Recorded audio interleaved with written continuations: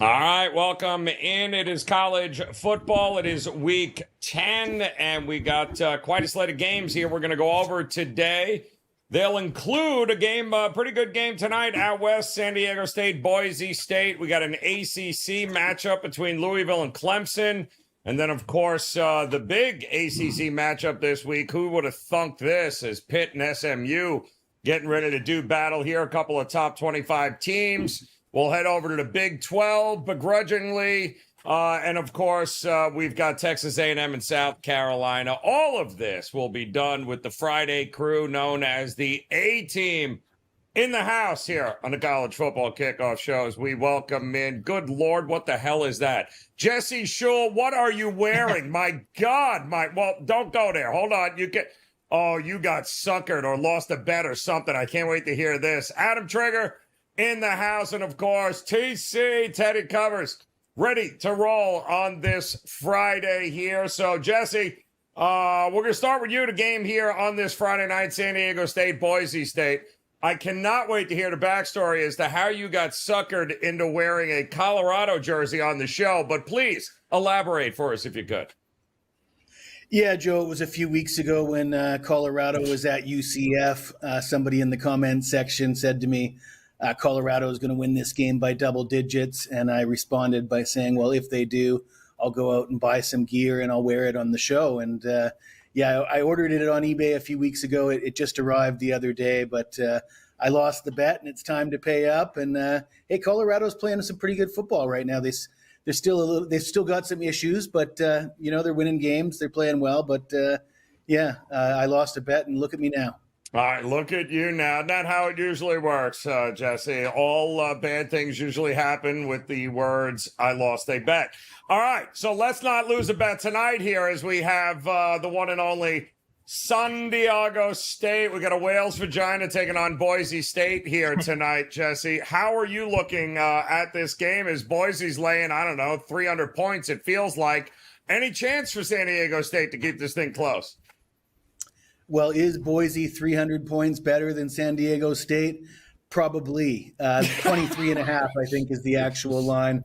But it's a tough spot for Boise State. I mean, they're coming off that huge win, 29-24 against UNLV. Certainly a letdown spot. But what really catches my eye is Ashton Jeanty and his hunt for the Heisman. And I hate to go off topic, but I'm a little bit miffed that Ashton Jeanty is getting so much hype when I think back to 2015 when Christian McCaffrey set a record for all-purpose yards, ran for over 2,000 yards, had almost 700 receiving yards, and couldn't win the Heisman. And if they couldn't give it to Christian McCaffrey, I don't see how they could give it to Ashton Jeanty. But Jeanty's coming off a season-high 33 carries, but he's coming off a season low 128 rushing yards against UNLV. And what's significant to me is if you're going to carry the ball 33 times and you're only averaging 3 yards per carry, that means you're getting smacked every time you're touching the football. There's not too many 10, 15-yard breaking it, easy tackle kind of plays in that 33 carries for 128 yards. And this is their meal ticket. I mean, he carries the ball 33 times last week. I think they want to see him carry it about 13 times this week. And if they get up by 21, I think they keep this guy and keep him healthy. And I think this is a game where Boise State could take their foot off the gas. It looks like smooth sailing from here on out. And anytime it looks like that, teams tend to get tripped up. I'm not going to call for an outright upset, but a flat spot or a letdown for Boise State is what I'd say, and I'll take the points. All right, you're looking to take the points here in this one here. Yeah, why not? I mean, 23 and a half at this particular point. That game kicking off tonight. Want to welcome those of you joining us here on the live stream here of the College Football Kickoff Show. Don't forget, hit that thumbs up, hit the subscribe button if you haven't done so already. Become part of that Wager Talk TV family. We got nothing but free content across every sport known to mankind, including Belarus handball, which I'm sure Adam Trigger is coming up with a way to do videos as we speak. However, Trig, I know your bread and butter is coming up Next week, we got college basketball, but we got to get through week 10 of the college football season here. And, man, this is going to be an interesting one. I hate this spot for Louisville. Have they even had a bye yet? It feels like they have just run the gauntlet. Now they got to take on Clemson in Clemson. Kind of still a big number here. Do you give Louisville, who's feisty, do you give them a shot here to maybe even pull the outright upset? No, I'm with you, Joe. I don't really like the spot for Louisville either, but I also don't love the spot for Clemson. Not so much the spot, but I don't love laying 10.5 with Clemson in this spot. So I'm going to look at the total. I like the under here. I did a video on this earlier in the week. It was 62.5. It's now 61.5, 62. But with the benefit of having a couple of more days to look at it, the clear play in this game is the under, and I'll explain why. So last week, Louisville digs themselves a 20-0 hole. They come back and win 31-27. They outgain BC 461 to 318. Overcoming 3 turnovers. They win the game. They probably, with the benefit of another like 5 minutes, they probably cover that game. But something and I was on that. So even though I had a winning week last week in college football, one of my losses was Louisville -7. And as I'm watching the game, it's dawned on me that I made a mistake because it is very apparent Louisville plays up or down to their competition, right? And last week they played down to BC. I would argue that Louisville's 3 best performances this year, Joe, are the 3 games that they've lost. SMU, Notre Dame, and Miami. So that's why I don't really want to bet Clemson here and lay 10.5, even though, to the point you made, Louisville has not had a week off since week 3. So this will be their 7th straight game in a row.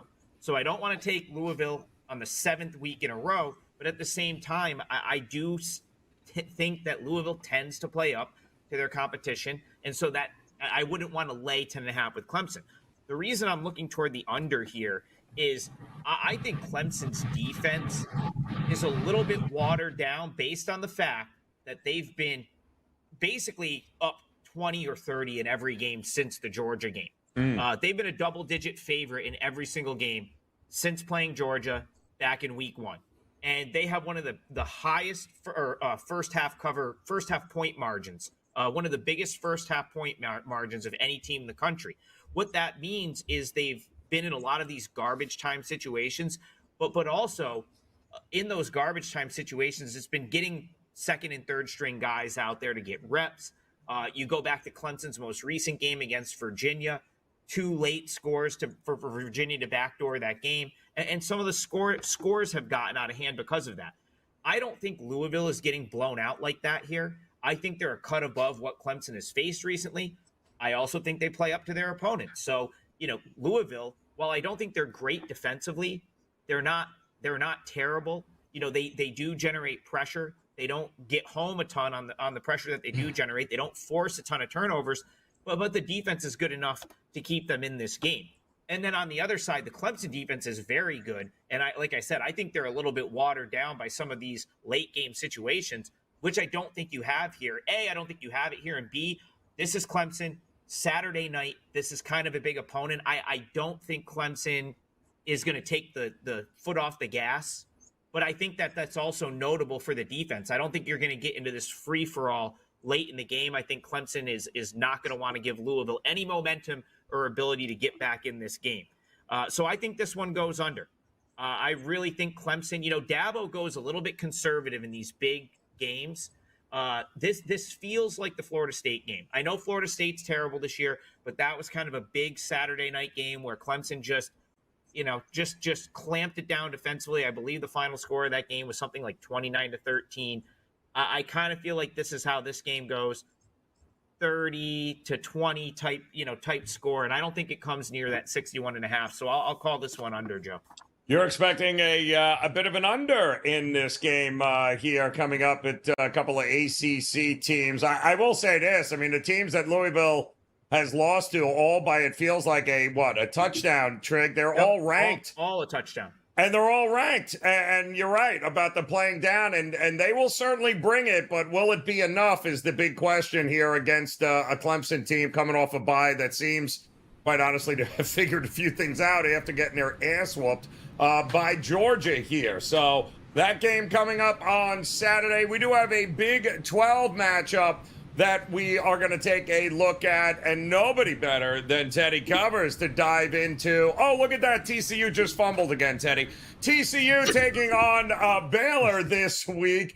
And we got a good friend from Baylor, Teddy, and for the life of him, he cannot figure out why in the hell Dave Aranda keeps winning games and saving his job. They're praying that he gets his ass handed to him in this game so they can go back to, shit canning him. Not a big fan of Dave Aranda. I don't know. What do you think? It feels kind of light in this game. You trust Baylor to keep rolling here against TCU?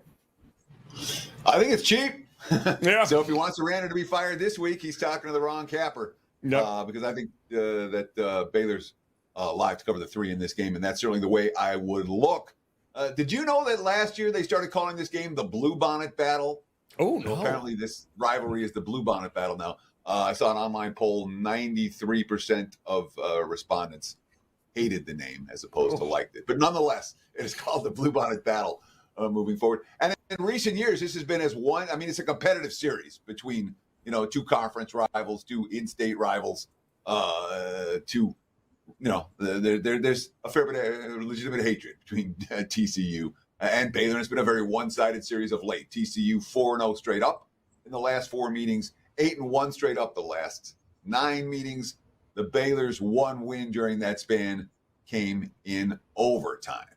So TCU's dominated. They covered -13 last year. Before that, it was all single-digit point spread since before COVID, just like this year's spread. So it's been a very competitive series dominated by TCU. I can't say I like this spot for TCU one bit. All right, last week, crazy game against Texas Tech. They fall down 14-3. They scored 28 unanswered, and then things get Texas Tech. They go up 14-3. Yep. Texas Tech scores 28 unanswered, and then TCU rallies from behind in the fourth quarter to steal the 1-point win.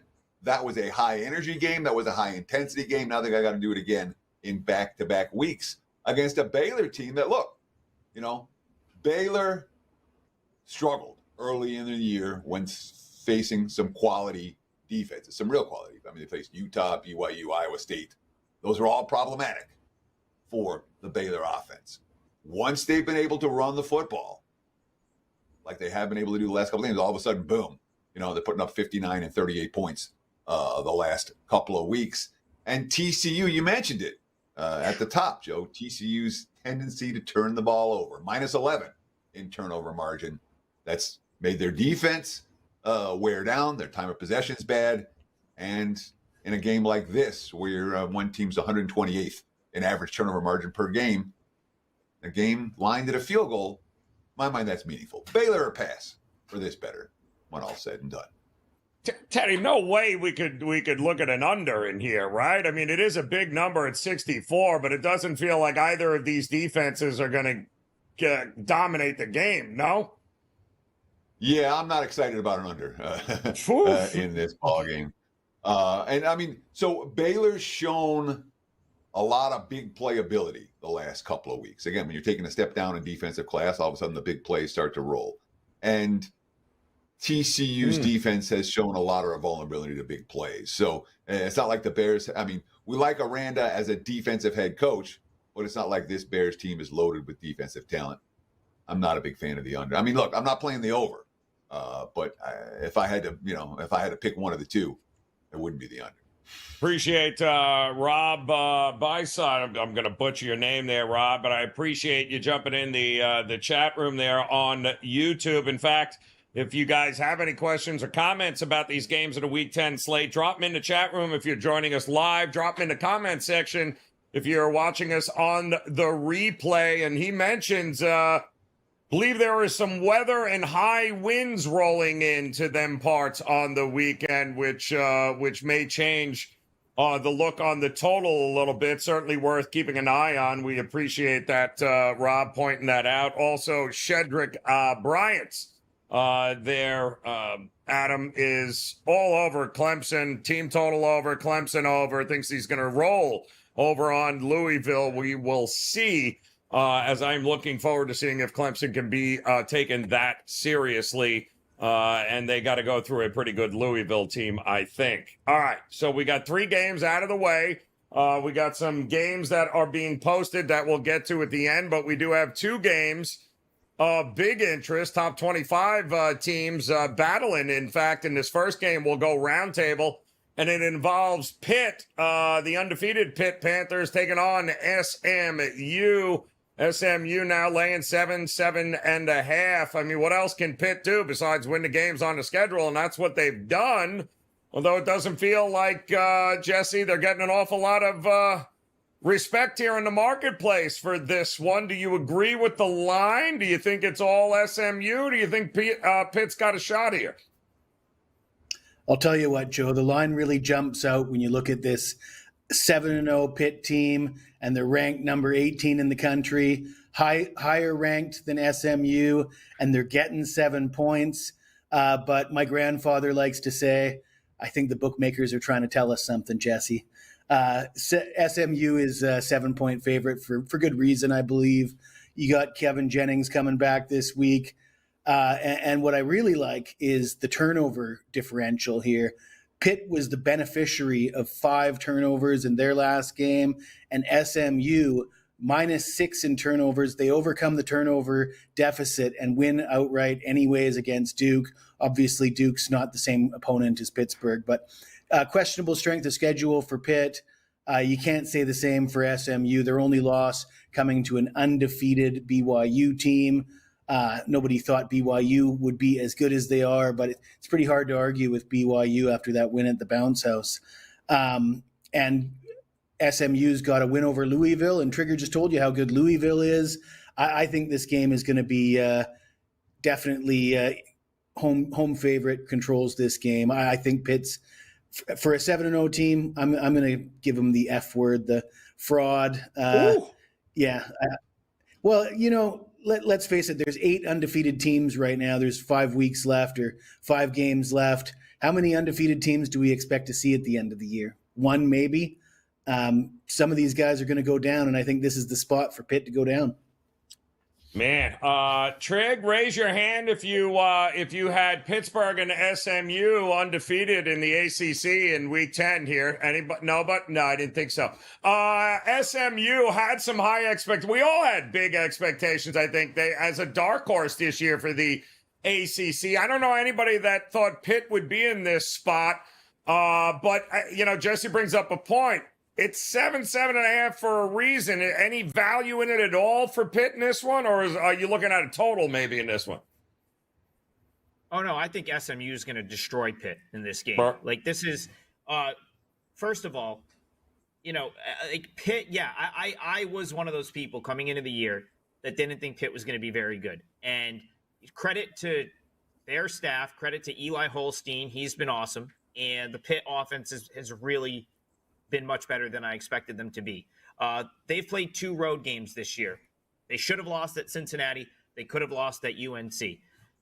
I'll comment on the game last week against Syracuse. Like, Pitt deserves all the credit in the world for confusing the crap out of Kyle McCord.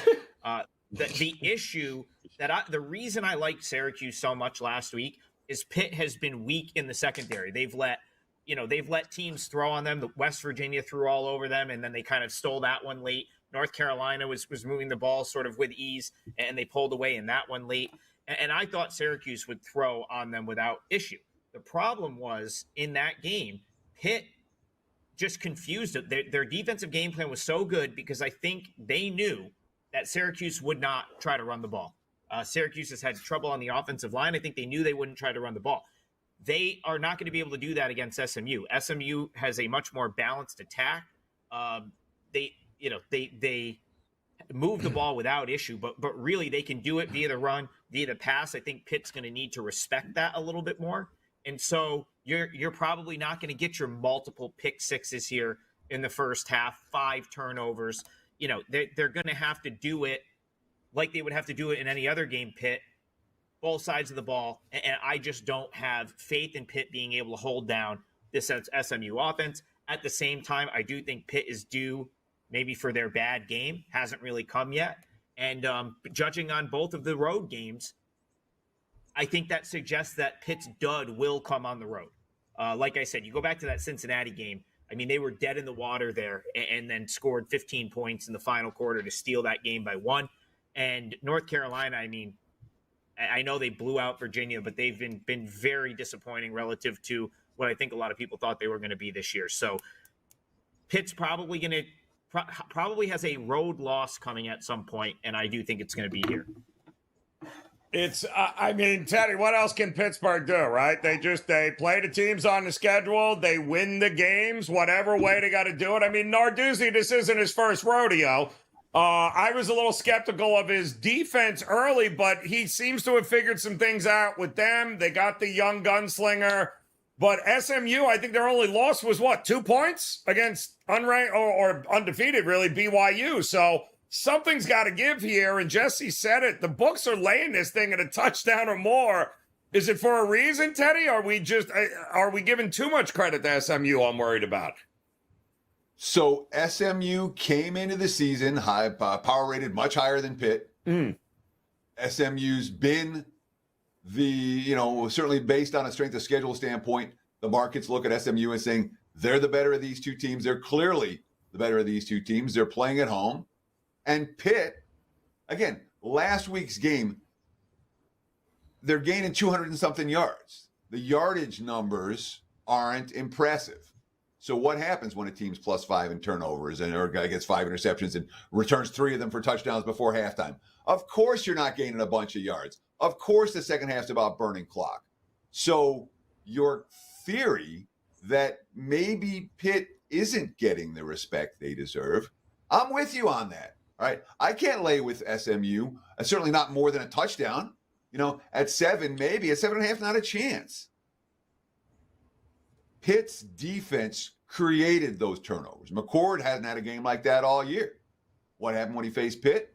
All of a sudden, tricky things from the defense and players in the secondary making big plays. Now, SMU has more speed. All right. They're no joke. I don't step in front of them lightly. But this is a Pitt defense that continues and is capable of making plays. And it's a Pitt team that I'm with you. In this point spread range, a little bit undervalued. I don't see a blowout here. It could happen, but I don't see it. I'm expecting a competitive game, and that means +7.5 for this bet. Yeah, I agree with you, Teddy. It just feels like, how many more times are we going to have this conversation with Pittsburgh trying to figure out whether or not, how many more times are we going to watch Pittsburgh cover these games and win these games here before we start to take them seriously? We'll know a lot more about both of these teams at the come on Sunday, that is for sure. We also have, I think, a game in which I'm worried about this next one with Texas A&M and South Carolina, because it just feels like the whole world has South Carolina circled as the upset special this week. Feeling that maybe Texas A&M has got maybe a little letdown spot here. I don't know, Jess. I don't like South Carolina. I don't like their quarterback. A&M has a bit of a quarterback controversy, I guess. Are they going with the freshman who can run all over the place, or the 50-year-old Wegman who the hell knows what you're going to get when he shows up for the game if he's healthy? Are you worried this is a trendy dog here in South Carolina? Do you have any faith that A&M will go there and win this game, or is it dog or pass for you? Well, A&M's off my Christmas list after they lost to Notre Dame in week 1. I had a 5% play on A&M. It just looked like a perfect setup, one of the toughest places to play in the country, and all those offensive line injuries for Notre Dame. And it's been really painful for me to watch them win 7 straight and sit at the top of the standings in the SEC since then. And, of course, after that disgusting display in week 1, I've been too scared to back them since then. But, my first glance at this game, I'm looking at it like, what does South Carolina do well, and how does that match up against what Texas A&M does well? and it doesn't look like a particularly inviting matchup for South Carolina. But that said, coming off of a bye week and Texas A&M coming off of a big win over LSU, you got the letdown spot. I think some of the success that Texas A&M has had recently has been that their opponents haven't had the ability to game plan for their quarterbacks, because it's you got Reed coming in or Wegman coming in. They don't know who to prepare for. Well, South Carolina certainly doesn't have an excuse to not be prepared for both of them here in this game. The fact that it is a night game and you're going to listen to Sandstorm at night with a bunch of drunk Gamecocks fans, and the Gamecocks they've played some close games at home. They had that 3-point loss to LSU, and they played Bama tough, losing by 2 points in Tuscaloosa. So they can certainly get it done. 3 in the hook. I'd certainly have to lean to South Carolina.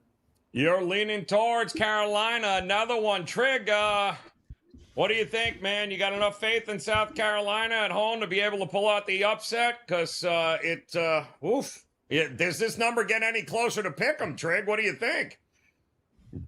Well, I do think there's something to be said for these night games. It's a point I meant to make in that SMU game. Why I would lean more toward them, like these home night spots. I mean, Texas A&M did that last week, right? Like the big home spot at night, and they fed off the energy of that crowd, sort of overturned an early deficit and pulled out a win. Now, I'm not going to be surprised if South Carolina does that here. I don't know if that's like the right side per se. It still feels a little bit short, I suppose. But again, I think the better bet here is the total. Now it's going to probably come down to where this number ends up, but at 44, I definitely think you have to look at an under in this one as well. So the reason I think that this is a lower scoring game, one, I do think it's like this high energy, tight contest, night game, big game at in Columbia. Two, both of these teams, what they sort of don't do well, the other can't capitalize on. So like Texas A&M has a you can throw on them. Pass defense isn't great.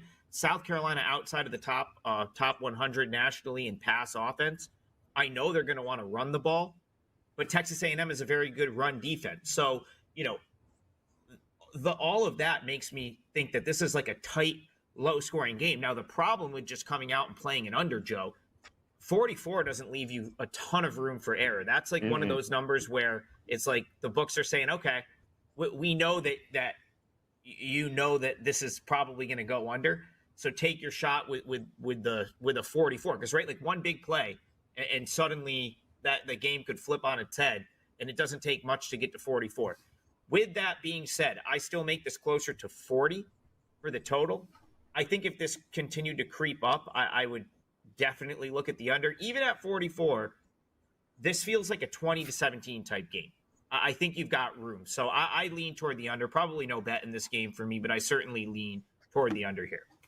You like an interesting look. All right, so the under there, expecting maybe a little bit more defense. I mean, Teddy, it feels like Mike Elko, outside of that opening game against Notre Dame, has figured some things out, certainly defensively with this A&M team. But they bring in this freshman Marcel Reed against LSU. He runs all over them. They were not expecting the dual threat that they got there. He's still, now if I'm South Carolina, I got to prep for two quarterbacks that are totally different from one another. What are the chances they can go in there as a favorite and win this game? I think pretty high. But just a quick point about something we talked about earlier in the show. Ashton Jeanty from Boise State for the Heisman. The last time a non-Power 4 conference team guy won a Heisman was Roger Staubach in 1963. Jeanty's not getting my money for Heisman this year. It's been a while. Roger Staubach, that's some of them, my grandpa knew. And I'm old already. Now, let's talk about Mike Elko, because that's exactly where I'm going right here with my handicap for this game. All right.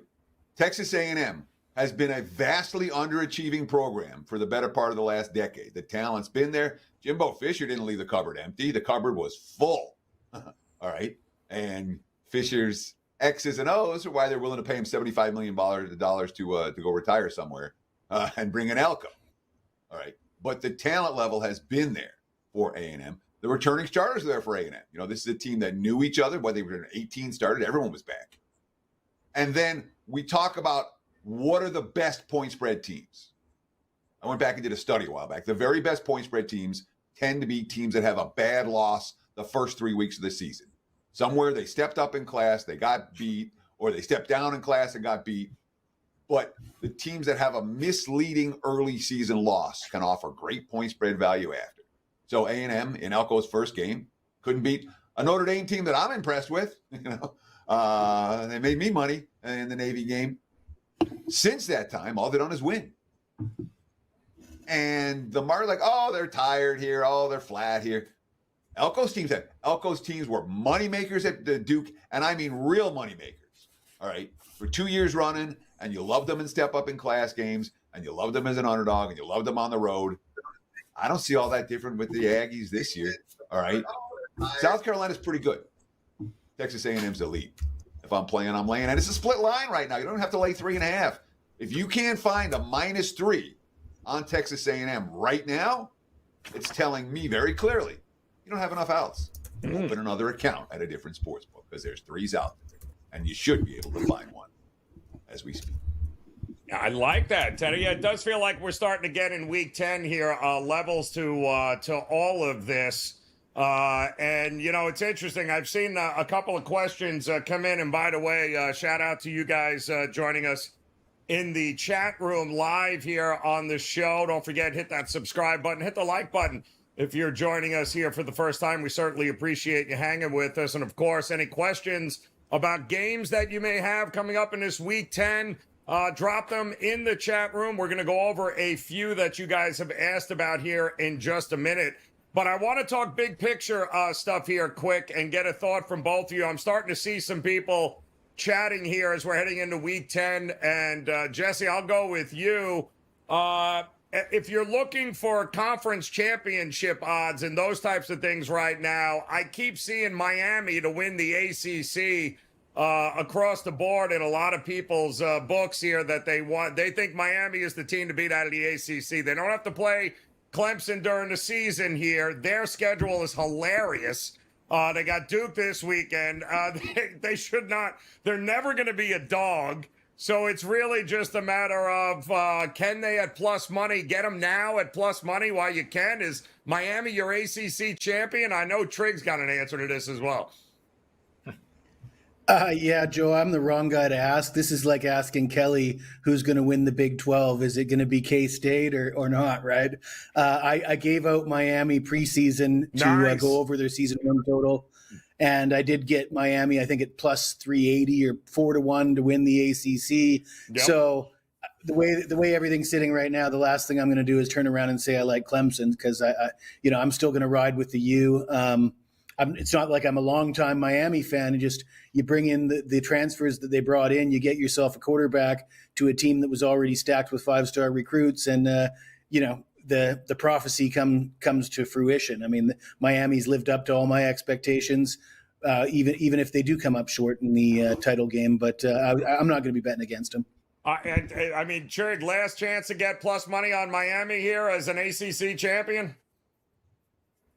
So the problem with the ACC and why I think I don't know if I would want to do that. So a couple things. Like, you have 4 teams right now in the ACC that have not lost a game. So after SMU trashes Pitt on Saturday night, all they have to do is beat Boston College, Virginia, and Cal.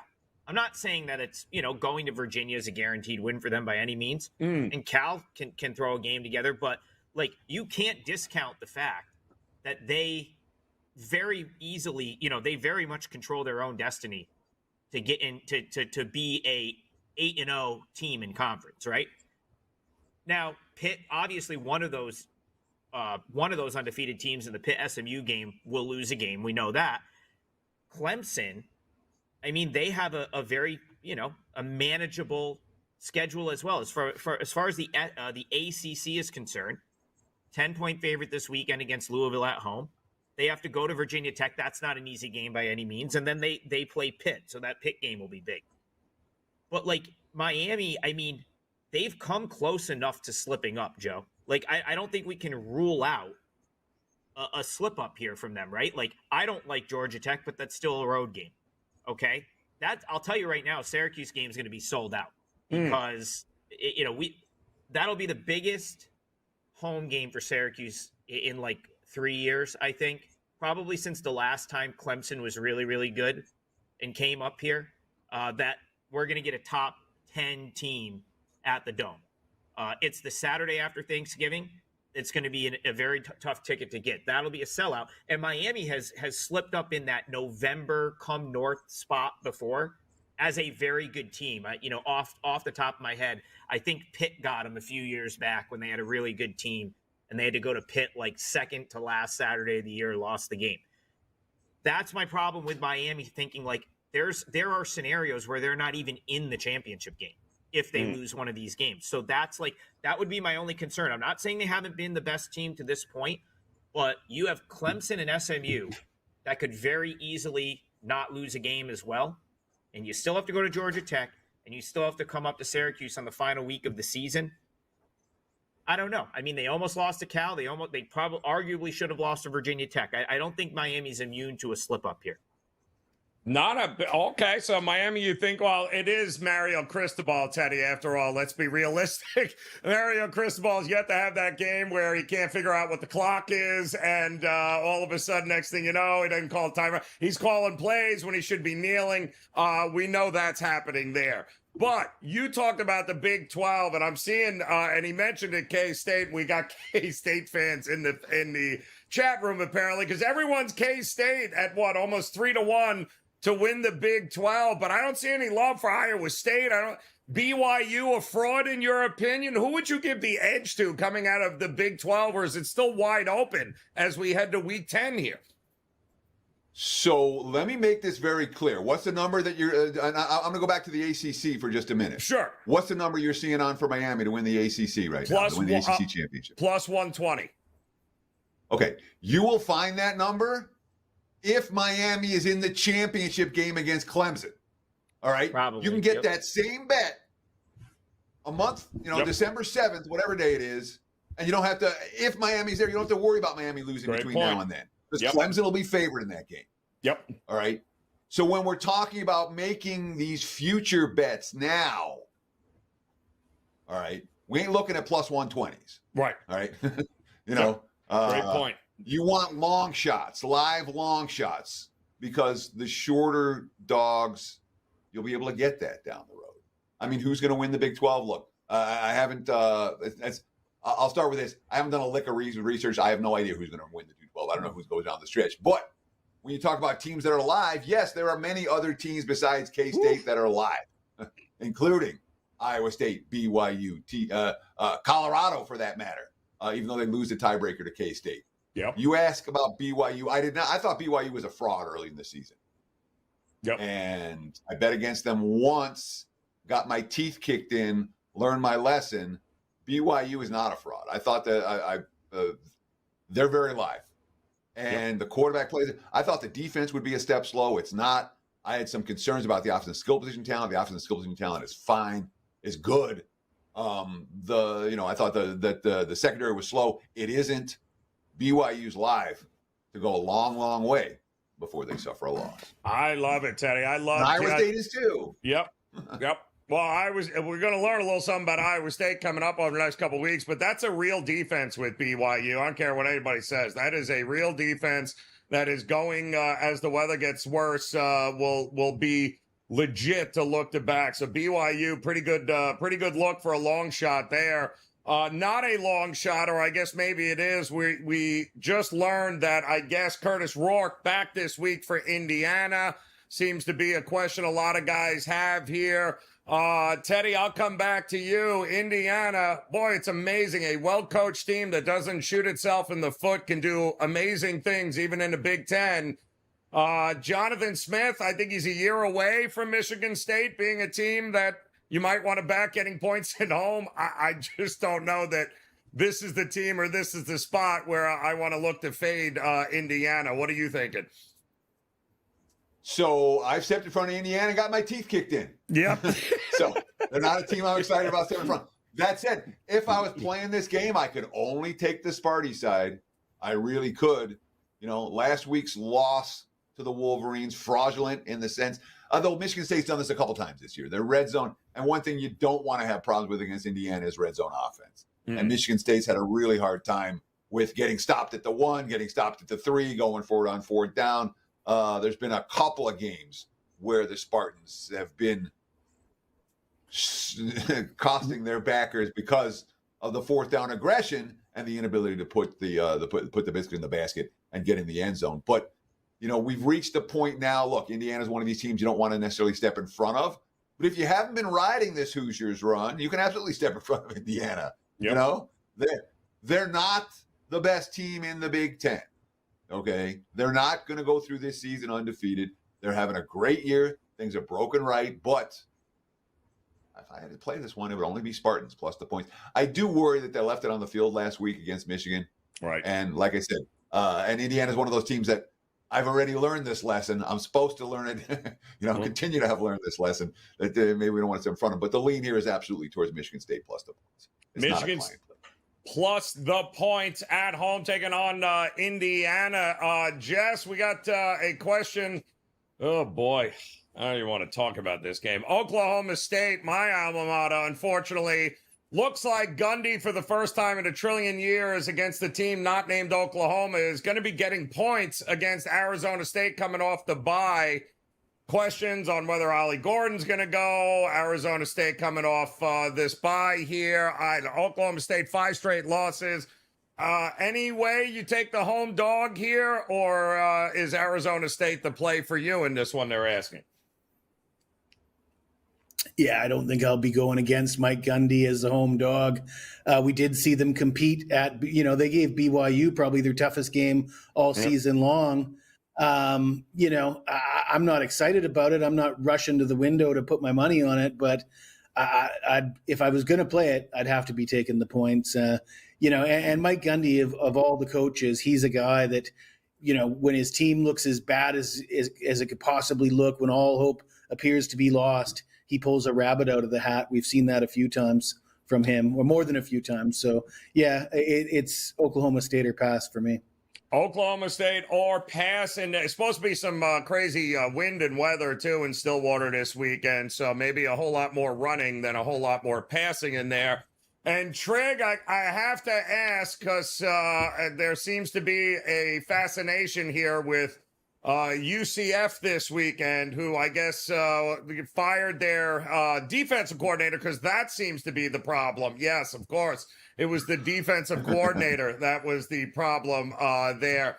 But interesting spot here for them. Are you buying? I know you were on Arizona. Was it last week or the week prior? You were on Arizona. No, I've been very anti-Arizona. Are you anti in this spot too? Yeah, I wouldn't. I mean, I'm not going to change my opinion when Arizona's just proves me right every single week. Like I said, so I said before the Kansas State game, we did this show, or one of the shows, and I said, okay, I don't think either of these teams are really like top 25 caliber teams. Now, I've ate my words a little bit with K-State, but only because the schedule just breaks in their favor basically every week. Last week I don't think they really deserve to beat Kansas, but they've been fortunate. Arizona's just proved me right basically every week since then. They lost that Kansas State game 31-7. Their numbers were then inflated again by a win over Utah, who, in subsequent weeks turned into a huge mess. If you remember going into that game at Utah, I believe Arizona won that game as an 8-point underdog, but like that was like the start of just like really understanding how dreadful Utah can be offensively in their current state. Arizona hasn't won since, loses to Texas Tech, crushed by BYU, blown out by Colorado. And then last week, I know everyone loved them last week. That was the spot they were supposed to get right. They lose to West Virginia. I would only continue to play against Arizona. There's zero chance I would bet Arizona here. I don't know if I want to, lay that number here with UCF, but it would only be UCF in this spot. I just don't think Arizona's a good football team. They continue to prove me right. So UCF or pass. UCF or pass? Teddy, interesting question. They wanted to know, what is your approach when you see a Big Ten matchup like Illinois and Minnesota, and you see a 6-point line swing quickly during the week there? I think it opened up as a -3 favorite, Illinois, and then it all of a sudden it's -3, like PJ Fleck laying 3 on the road. It kind of makes you raise an eyebrow. Is that a game that you look where the book's that far off, or is it a game that you think maybe it moved too far and that's the kind of game you're looking to come back the other way? So if I had a strong opinion about the game before the line moved and the line moved in my favor, if I liked the favorite at the open, who's now a dog, I would absolutely look to fade that line move. I went and looked. I couldn't figure out what that line move's about. That line move looks to me to be opinion. Whew. That's a pretty strong opinion, and it's not a game I have a strong feeling about, so it's not a game I'm going to get involved with. In general, right, with a 6-point move, even less than that, with a 4 or 5 point move, you can only bet one way, and that's take the new value, in my opinion, because you missed the best of the number the other way by a wide margin, and the new value here is not a side I'm excited about, so it's something I'll pass. It's good. Good recommendation there, Teddy. But it has been maybe the biggest head-scratching move of them all this week. Shout out to Eric joining us in the chats. The Stoners Log having a good time in the chat room there. We appreciate you guys stopping by. Don't forget, thumbs up if you could. Hit that subscribe button. Become part of the Wager Talk TV family. And one final way on the way out. Jesse, I don't know. There seems to be a lot of chatter about Army laying 3 touchdowns against anybody, much less Air Force. What do you do? Do you look at the service academies here? Is it an automatic under for you, or has Army and Navy completely thrown the service academy unders right out the window here? Yeah, I mean, I wouldn't be betting on an over, but you're not going to get any value if you like the under. So you're going to get a bad number, or the number is going to be too low. I go back to what I said about Pitt, though. You got, I believe Army's another undefeated team. Yep. And how many undefeated teams are we going to see at the end of the year? They got to lose eventually. I mean, Air Force has been so bad this year. Whew. But I mean, this is the kind of game where sometimes it doesn't matter if one team's good and one team's bad. The crazy things can happen in a game like this. So, I don't have any action here, but nothing would surprise me. Let's say that. Everything's on the table in this game. Yeah, what a difference a year makes. I mean, if this was Air Force was undefeated in this spot last year against Army, who couldn't do anything well, and guess what? Army ends up winning that game outright. So it'll be interesting to see if they flip-flop. But 21.5 points is a ton of points for 2 teams who run the option. We'll see what happens in that one. Seems to be a lot of Army love in the chat room here in this one. There should be a lot of love at wagertalk.com with what you guys are locked and loaded with here. And Trig, talk to us, man. I mean, plenty of college football action week 10, the NFL week 9. I know your college basketball videos are crushing it. Anybody looking to get a head start on college hoops, which starts next week, I'd encourage you to go check out the playlist on our YouTube page there with Trig, who's been covering 30 of the teams that he went to go see last year, Trig. So you got a couple of more coming up, but no better way to get a leg up. Do you have anything locked, loaded, look ahead wise in college basketball and future plays? And what do you got this weekend over at your page?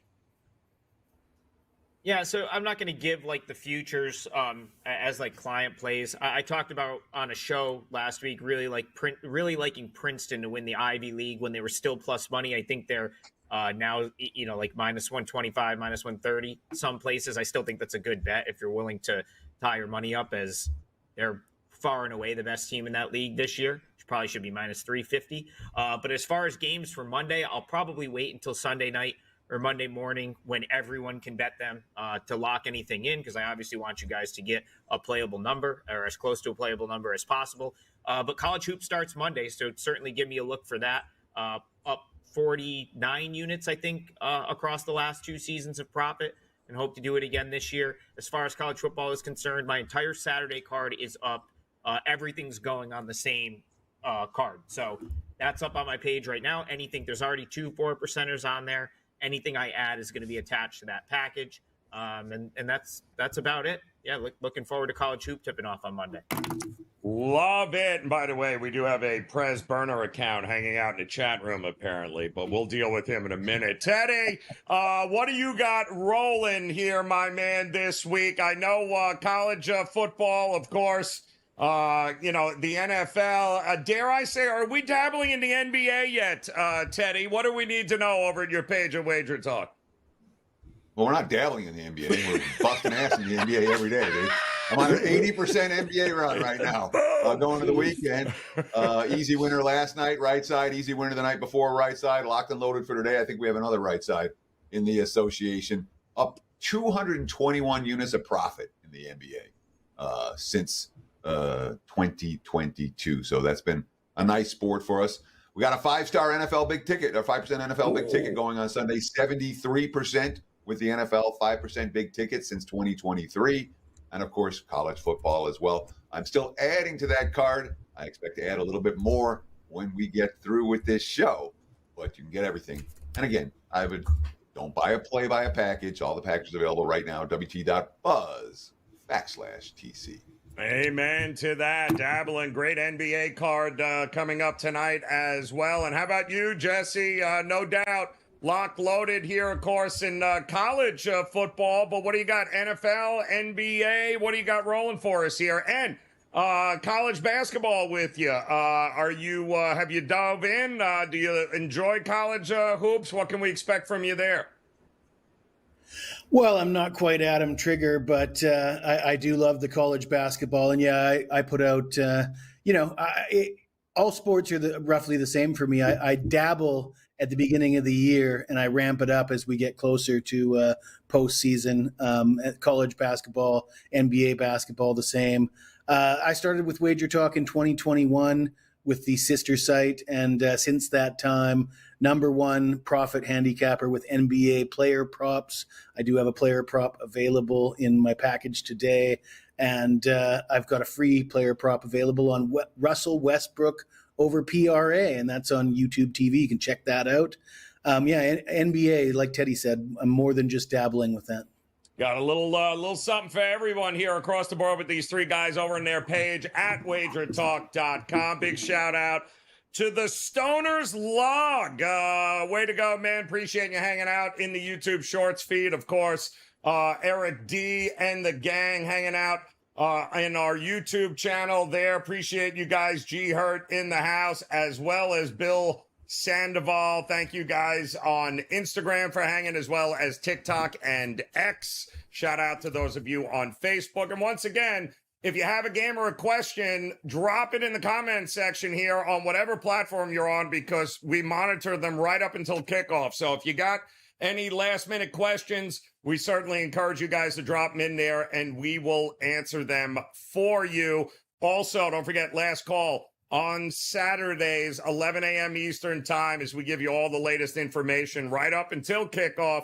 Everything you need to know live from the Risk Room at the Westgate. But on behalf of Jesse, Adam, and Teddy, the A-team here on this Friday, we appreciate it as always. Hit that subscribe button and get ready.